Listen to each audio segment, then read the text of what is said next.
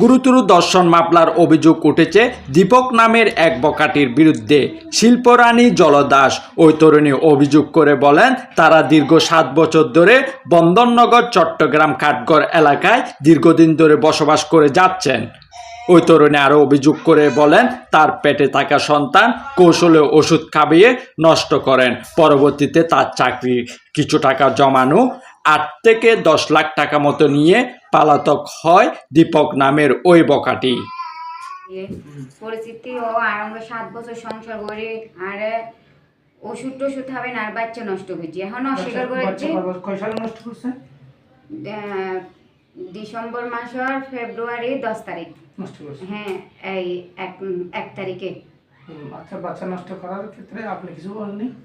আমি বলছি যে যখন আমার গায়ে জ্বর ছিল তখন উনি বলছে আমি ওষুধ নিয়ে আসতেছি। আমাকে তখন জ্বরের ভিতরে জ্বরের ওষুধগুলো হয়ে ওগুলো ওষুধ খাওয়াই দিছে। খাওয়াই ও চলে গেছে। চলে যাওয়ার পরে আরেকটা মেয়ে এসে আমার জীবন রক্ষা করছে।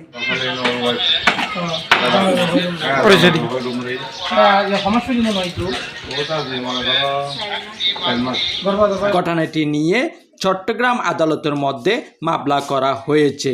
মামলার রায়ের শুনানির শেষে ওই তরুণী কোনো ধরনের বিচার পাননি।